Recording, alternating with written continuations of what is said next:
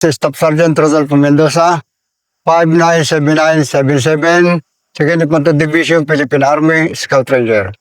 Scout Ranger. Course 1974. Scout Ranger. Mayroong gira ko po na hindi ko na makakalimutan ay nung maambus kami sa kilometer 30 sa UP Maguindanao.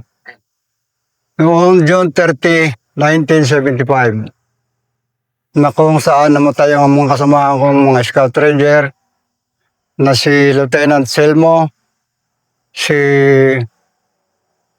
PFC Jimenez, at iba pang mga kasamahan namin sa Philippine Army. Paano nangyari yun? Pwede mo makikwento. Noon po ay kami ay susundo sa aming battalion commander na si Colonel Antonio Ariola sa Awang Airport, umaga alas 7. Kami po i-escort sa kanya para bumalik na sa mga kampo. Ngayon, hindi namin naasahan na may nakaabang palang ambuser sa kilometer 30. Yung po ay bulubundukin. At nung oras din yun, siyang iglap, hindi namin talaga sukat akalain. Nasa siyang iglap ay nasunog ang sinasakay jeep ng aming mga kasama. At yung aming truck na sinasakay na M35, 6x6, ay inalan din ng bala. Kaya kami po ay hindi masyadong nakapugada. Bukod sa sakay ng jeep, napatay na lahat. Nasunog pa. Ang natira lang sa aming walang sugat ay si Sergeant Ornido na isang Scout Ranger Class 16 at saka ako po, Class 19. So parang lahat patay yun? Lahat patay. Yung 7. Doon sa sakay ng 6x6, nabibisita kaming Navy nung gabi yon, nakasakay namin, sila yung lahat ay sugatan. Kami lang ni Sergeant Ornido ang hindi nasugatan sapagkat kami nakatalon doon sa gulong, nakapagtago kami sa gulong ng 6x6. 10-wheeler, di ba? 10-wheeler yun. Nagbibigay kami mga alas 7. Ang ambuser namin, nasa baba. Tabi ng kalsada halos, ang layo lang ng kanilang tubo ng baril sa aming mga sinasakyan. Halos mga 2 metro lang. Mas makitid kasi yung kalsada ay madamo. Masyadong madamo itong babangga nito. Palusong siya, doon sila pumisto.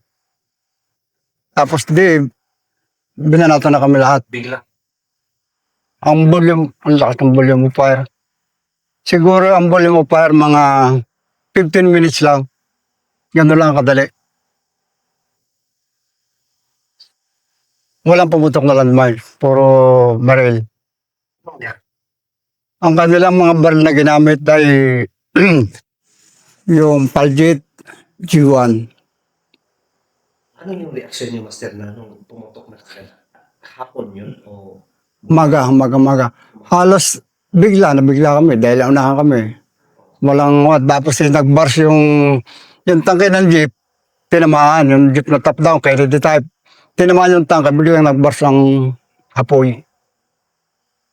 Doon, wala na kami nakuha dahil nung magbars yung apoy, tinatad na yung truck namin ng putok. hindi kayo nakalipat pa? Naka-return fire kami na itong bandang huli na. Nung medyo nakaka-recover na, saka kami naka-return fire. Sila naman, nag-withdraw na. Yung mga kalan na More or less, mga 30 person. hindi sila sumigaw sa inyo? Hindi sila nakuhan. Sinisigurado kung walang kasuwerte sa kanila. Puro sa amin. Dahil mababa ang tayo nila Kung yung return fire namin pa doon lang sa kawan, nakababa na sila, hindi na makakaswerte yun. So, paano kayo nag-survive ng Master? Nung nag-return fire kami, hindi naman sila makakalapit dahil nasusunog yung jeep. Nag-return fire kami 2 ni Orne. Biglang dumating dahil nung umpisang magsimula ang putukan, may nakapunta agad sa kampo na sasakyan kasunod namin. Biglang balik. Malapit lang naman sa kampo. May reinforcement ka agad. Pero kayo yung nag-hold the line doon? Nag-hold the line kayo doon? Oo. Kayong dalawa yung nag-hold the line doon? Kami lang ni Sergeant Tornado. Ano yung coordination yung dalawa na alam yung inisip nyo ba na Wala. Basta sabi sa akin ni Sergeant Tornado, hindi. Cover. pilitin ng MacArthur Fire. Hindi, nandun siya sa ganyan, nandito ako sa may bandang huli ng gulong.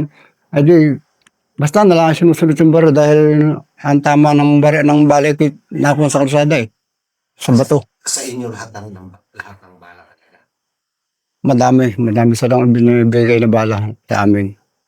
Pero nung time na yun, Master, iniisip mo na baka ito na yung huli ko. Parang wala na akong naiisip noon na gano'n, na mamamatay kami. Basta makaputok lang, makaputok tayo at ano. Wala akong panahon na yun, wala akong naiisip na nakaba. Kahit nung mayroong laban sa Bicol, wala akong naisip na kaba. Kahit pa nung padalawang ambos, wala akong naisip na kaba. Wala akong ano.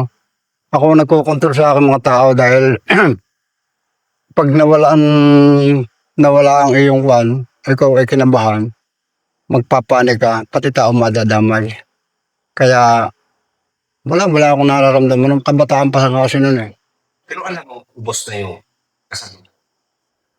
Yung, Yung time, alam mo na paano, wala akong nakitang tumalon sa jeep.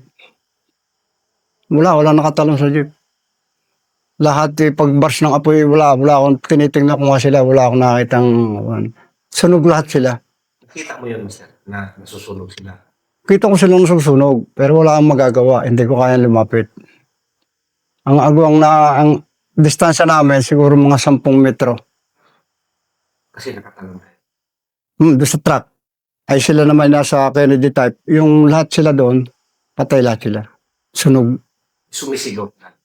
Walang marinig na sigaw. Dahil malakas ang volume ng putok. Wala kang maririnig na kahit na anong, basta putok lang ang maririnig mo. At saka hindi rin ang focus ng putok ng kalaban sa'yo. Kasi Oo. doon sa Binaba natin yung truck. Ayun nasa ibabaw yung babaw. Dahil nato doon yung mga Navy na bisita namin ng gabi. Ay di sila yun. Nagbagsakan doon sa flooring. Tapos yung tansya ko mga 15 minutes lang. Mag-withdraw na sila. Pagputok na dyan ng let's go. Punta ito nababawasan ng putok. paano yung Master na anong pakiramdam mo noon na nakikita mo sila na Wala, di parang basta ramdam ko, masakit sa loob ko yung katawan ko nangangatal. Parang gusto ko ng wala akong magagawa. Sabi niya yung aking may Sargento Arnedo, mas ranggay siya akin, huwag kang gagalaw dyan. Diyan ka lang.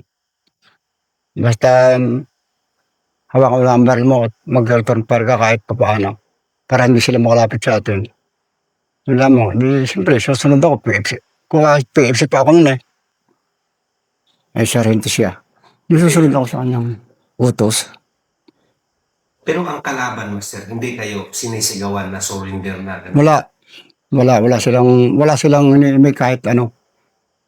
Basta nung sila ay naputok nung madalang ng putok, nung malayo na, nagsisigawan sila. Parang sila ay natutuwa. At sila ay nagtagumpay sa ambos. Kasi pakiramdam mo noon kung walang rescue, baka ubos kayo. Aba, sigurado. Pero hindi na rin siguro dahil wala naman sila makukuha sa aming mga baril, kundi kami lang ang dalawang dahil yun namang nasunog na sa jeep. Siyempre, kasama sa nasunog yung kanilang mga armas, pati bala. Ubos pati yung lahat ng bala ng masinggan ubos Pumaputok rin yung Pumutok. Yung nasusunog na namumutok yung sa jeep. Dahil ng 2 link yung bala ng masinggan, ay di lahat yung pumutok yun. Tapos meron pang nasa kahon. Namutok lahat yun. habang nasusunog sila. Habang nasusunog yung namumutok. Paano yun?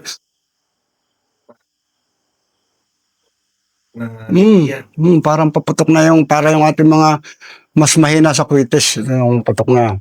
Dahil na yun So, kung nakaya ako sa kanya sunog hindi yung piston.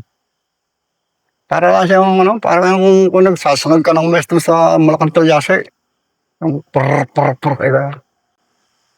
ang patok na. Nung alam niyo yung nag-withdraw na yun, ano yung unang inisip? Nagpasalamat sa Panginoon. Salamat, Lord. Pero kahit nagpasalamat, kita mo naman yung, nung malapitan namin yung mga kasama namin, nakita namin yung malalaking tao, malos gagaya natin, merong gaganyan, hindi mo makakilala ang mukha. Wala talagang sila yung inihaw. Parang inihaw na baboy, malangis, mamantika katawan. Anong sabi ni tindigan mo? Si Ariola, si Colonel Ariola, hindi na siya hindi na siya nagpasundo, pinabalik na kami. Nag-helicopter na siya puntang Nangi sa aming kampo. Tapos, yun ang mga aming deputy, Major Robles, tumawag naman ng helicopter na mag-rescue noong mga namatay. Yung mga nambangkay doon sa site ng labanan, binuhat ng tao ng mga kasamahan namin, isinakay sa truck, dinala sa kampo doon, pinick up ng helicopter para dinala sa Awang, sa morgue. hirap. Di yung pinag-aaralan natin sa Scout Ranger, yung maneuver, pag doon sa gayong gipit ng kalsada, gipit ng area, wala kang magagawang maneuver doon. Kung magmamaneuver ka dito, open sa kalaban. Kung dito, open din sa kalaban. Ito, bundok, bangin. Dula sa kanila ngayon, ang pwede kang magawa, naroon naman sila sa baba ngayon. Wala rin option na makamaneuver ka doon. Unang amos. Yun ang amos. Yun ang unang ambus namin. Nakadalawang ambus kami doon. Pareho akong nakasama doon. So, Matagal naman yun. Dahil kami patrolya, umabot yun ng 2 oras kalate. di pa Yung pangalawang ambus. So, kailan yung pangalawang amos na Yun ay July 15. Kilometer 25. 19? 19, noong taon yun, 1975 din. Noon ay nasa third IB ako. Third ID. Paano nangyari, Master? Ano yung mission kayo na pusa? Yan, kami, nung maga, alas 7, inutusan kami, magpatrolya kayo at mayroon tayong darating na supply, 5 truck. Hindi kami nagpatrolya doon sa area ngayon. Sinong 7, isang team lang kami. Ang team leader namin, di Scout Ranger, si Sergeant Pasamba. okay. Tapos ako ang padalawa. Ito kami 7 nagkuhan doon. Isang drafte. Ay di, alas 12 ng tanghali, nakita na namin yung supply narating. Kinawayan pa namin, nasa taas kami ng burol eh. Parang nag-road security kayo. Ngayon, hindi namin nasan. Yung palang nasa harap namin ganun, wala naman nga, nagpapaputo kami ng M17, nagki-clearing kami. Bakit ito mga ito, hindi namin na-detect na naruro sa may tapat namin. Siguro no, sa mga 50 tao. Yun, nagtagal na labanan doon. Doon sila maraming casualty. Hindi. Kanina na rin. Di dumating yung supply, nandiyan na yung mga truck, sunod-sunod. Gilak. 5 6x6. May kargang mga bala at saka yung mga supply. Pinutukan ng rebuilde. Yung unang truck hanggang sa palimang truck, lahat pinutukan. Marami sila nga eh. Ay di, nagulat kami. Ay, meron dito. Samantalang kami nag-clearing. Hindi. Hindi. Nandun na kayo sa Sa pisto, sa taas ng burol. Dito yung kalsada. Pag ano yun eh. Kalsada. Baba sa amin. Yung ambuser, meron din burol na mababa doon. Doon sila nakapisto. Bangin naman yung baba nila. same side sa inyo. Opposite side kami. Magkabilang side kayo. Magkabilang side. So, nung dumaan sa inyo, ang mga 6x6, okay na. Okay pa. Nagkakawayan pa. Tapos, pagka nung bilang kikilo ng gano'n, bigla na may pumutok. Mas madami ang putok nila dahil nang marami silang tao. Sino ang pinutukan? Yung truck. Okay. Dahil hindi, kung kami nagkiklearing, kita rin siguro nila kami, pero hindi namin sila kita. Ay di sila nag-steady lang dahil ng magandang posisyon nila. Steady lang sila, hindi sila naggumating putok sa amin nung kami nagki-clearing. Talagang inantay nila yung supply. Nung banata nila yung supply, ay di yung ibang truck ay sumisay din sa bangin. Pinutukan yung alam namin pinagagalingan ng bala. Sabi ko nga kay Sir Pasamba, Sir, may kuminati talaga po ang bala ng M79, tirahin mo ng tirahin. Para baka ay makatawid pa dito, makuha pa yung supplies natin, lalo na baka sunugin. Kita namin yung mga kasama namin na talagang gulong na sa kalsada. Yung supply sergeant namin, Sergeant Aso, si nakahiga na sa kalsada eh, pag tinatamaan ng pagdito, tinagulong pa ulit eh. Marami na sugatan doon, 5 patay noon, ang sugatan 11. Kasama doon yung aking kinakapatid na isa. Na namatay. Tapos, Eh, humingi kami ng mortar fire doon sa detachment doon sa taas. Eh, sala-sala naman ang kwan. Binigay na namin yung lugar ng yung grade coordinate ng kwan nila, nung tayo ng palaban. Sala-sala naman ang kwan. Wala pala doon yung nahawak ng mortar. Baguhan yung ay hindi ma-sight pinipilit na ganyan para maitama doon sa pagbabagsakan. so hindi nakatulong yun. Hindi. Kami naman ay natawag kami doon sa kampo. Ay di yun. Bago yung aming radyo, patanga-tanga, tinamaan ang radyo. No, wala na kami magamit na radyo. Sa kasama ng team. Sa kasama kong team. Dahil ang may dalang radyo. Patanga-tanga. Patanga-tanga dahil sabi ko na, hold the ground. Huwag ka na yung patakbo-takbo sa may mga bato-batong malalaki. Ayun, pagtakbo na ganyan na spot na siguro, tamaan yung radyo, hindi ko na kami magamit. Nagantay na lang kami sa kloro, kaya nakadalawang oras kalahati. Bakit? Ay di, gano'n na lang. Di kami nakababa ng kalsada. Sa side. Sila naman dito, yung mga rebelde, ay di umagbot na ng putok. Kami nakababa ng kalsada. Doon nag-hysteria si Marinducan Drafte, yung training. Na magbe-breakthrough. Hindi naman namin pinayagan. Nag-iiyak na yun. Talagang nawala na sa kwan. Hanggang sa workshop. Yung kasama mo. Yung drafter. Hindi kinaya ng kanyang loob. Gaano ba kalayo sa inyo yung sasakyan at saka yung posisyon yung Yung ambusher, Hindi, I mean yung sasakyan. Kasi nakikita nyo yung pababa kasi yun eh. Kung isusukatan sa diretsa, siguro mga 25 metros. Kung sa diretsa. sasakyan. Ay kaso pababa, hindi makakuha. Yung kalaban naman, galing sa inyo, gaano kalayo? Ay di siguro mga malawak ko na yung kutab ng karsada, siguro mga 60 meters. Ano yung kalaban? Ang kalaban. Dahil ang kalsada, ang pagkaguhob ng kalsada, medyo pa ganun. Na kami nasa burol. Sila naman ay may burol din dong maliit na pader naman itong harap na ganito. Dahil kalsada nga rin. Ang problema din napakakitid ng kalsada. Dahil bundok. So, lahat ng mga nakasakay doon hindi nakapagpaputok o nakaputok naman? Wala nakaputok. Bakit patay lahat? Hindi lahat. Kuhan, yung mga ibang sakay, di relax. Hindi hawak ang baril. Ito namang kuhan, ito namang driver, siyempre manibela. Pero 2 driver doon sa 5 truck, ang hindi nasugatan.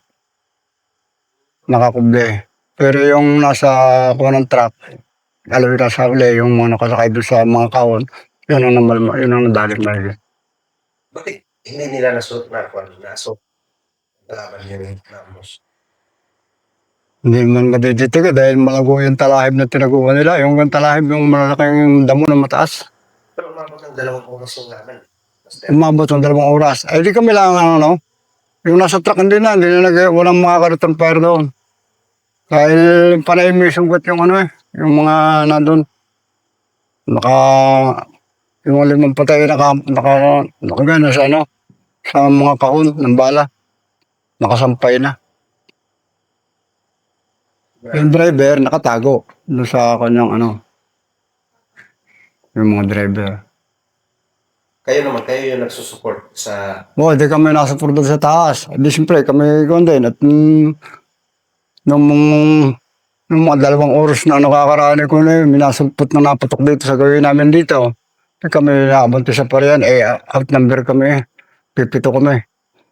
Tapos minaputok dito.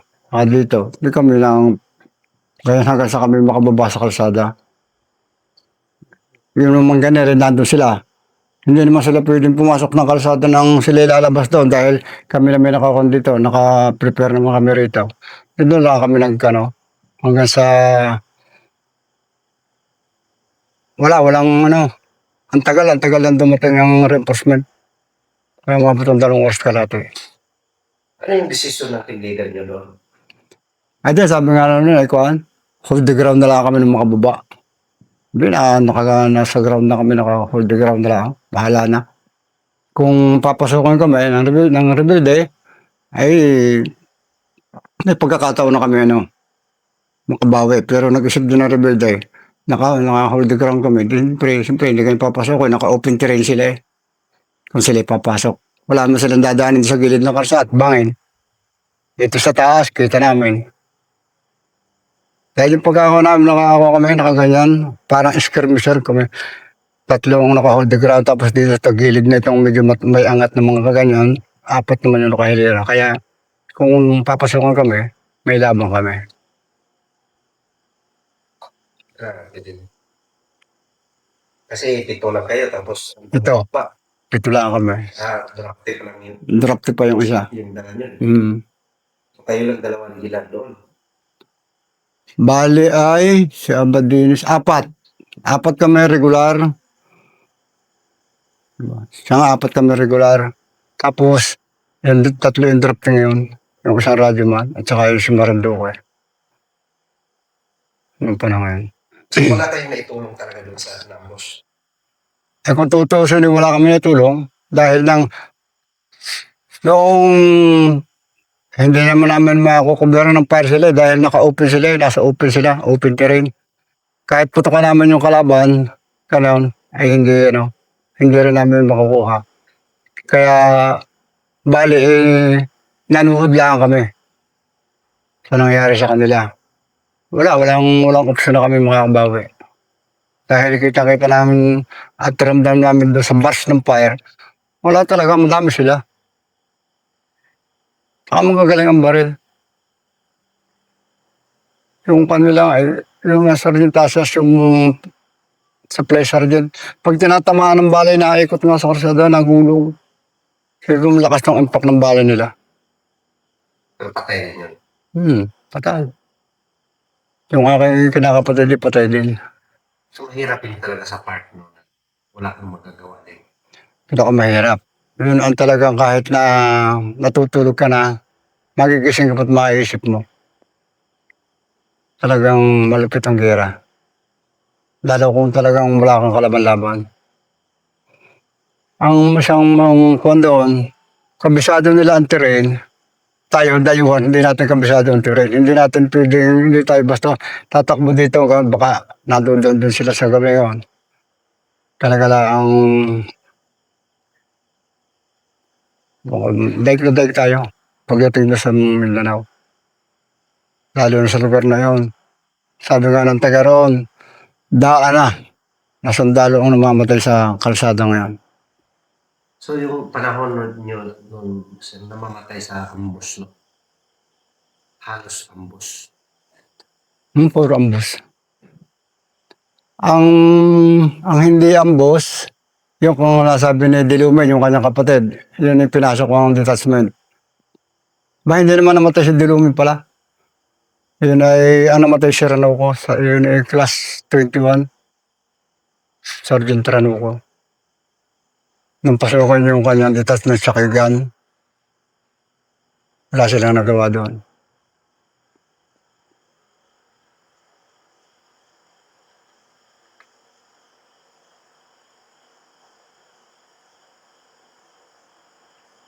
Anong pinakamatagal na naging enkwentro mo, master?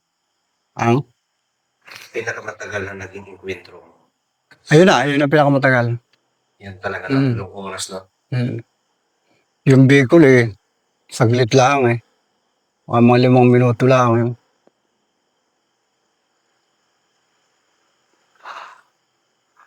Grabe din mo. So, Sa operation naman kami napapalaban nila, yun naman kami llamado. Sa pagka kami nag-ooperate. Malayo pa ang kalabay natakbo na pagka operation marami. Doon lang kami, ang dami nyo rin mga encounter na kalaban, no? Tumatakbo na agad. tumatakbo na sila. Doon naman talaga lang talaga ang ito namatay nila sa amin, ambus. Kaya wala lang kalaban-laban. Wala. Dahil sa klase ng lugar, yung terrain. Yun ang unang kalaban namin yung terrain. Hindi namin alam kung saan ang magandang lusutan, hindi namin alam kung saan po pwede magandang pistuhan. Saka sila matiknik. Yun na nga lang, first ambush, nandun sila sa baba. Mga ambush sila. Pero ang lapit lang nga talaga ng distansya ng kanilang mga muscle ng baril. Talagang panigurado. Wala ka rin magagawang habol dahil pababa. Hindi mo rin naman kakayanin ng terrain yung palusong. Tsaka dadalawa kami. Ano yung mga naging epekto sa'yo, master? Yung mga ambush na yun? Wala naman, pero nitong ako'y nandito na, yun, ako'y parang na-wartrek din ako noon. Ako'y nakaranas ng hindi makatulog. Pag ako'y may umingay doon sa tabi ng bahay namin, maririnig ko. Tumatalon ako sa bintana ng panahon yun. Ganun, di ba? Tumaan ka sa ganun, master? Oo, dumaan ako doon. Matagal akong nagdusa doon. Ang daming doktor na nagpapaya sa akin, ganyan, hindi. Ako nakaranas na umiinom yung mga Valium na yan para lang makatulog. Nakaranas lang. Para makatulog, yung Valium, yung kulay violet na bawal. Para lang ako makatulog. Doktor ang nagresita sa akin noon. Pag hindi kanya resita, hindi ako bibintangan. Pero wala rin nagawa. Kapagturo lang sa kay albularyo. Pinakakain ako sa kawali yung nakakutsara. Piniplay mo yung kawali habang ako nakain. Yun, dahil tayo nawala.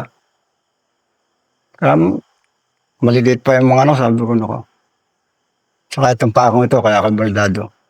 Doon ko sa ranger ito. Nasira din yung paa mo doon. Namatay yung aking mayor na lated. Sa paa mo. Ito yung lumiit ng gaganto ko laki. Dahil dun sa, ang tawag nila, pasma.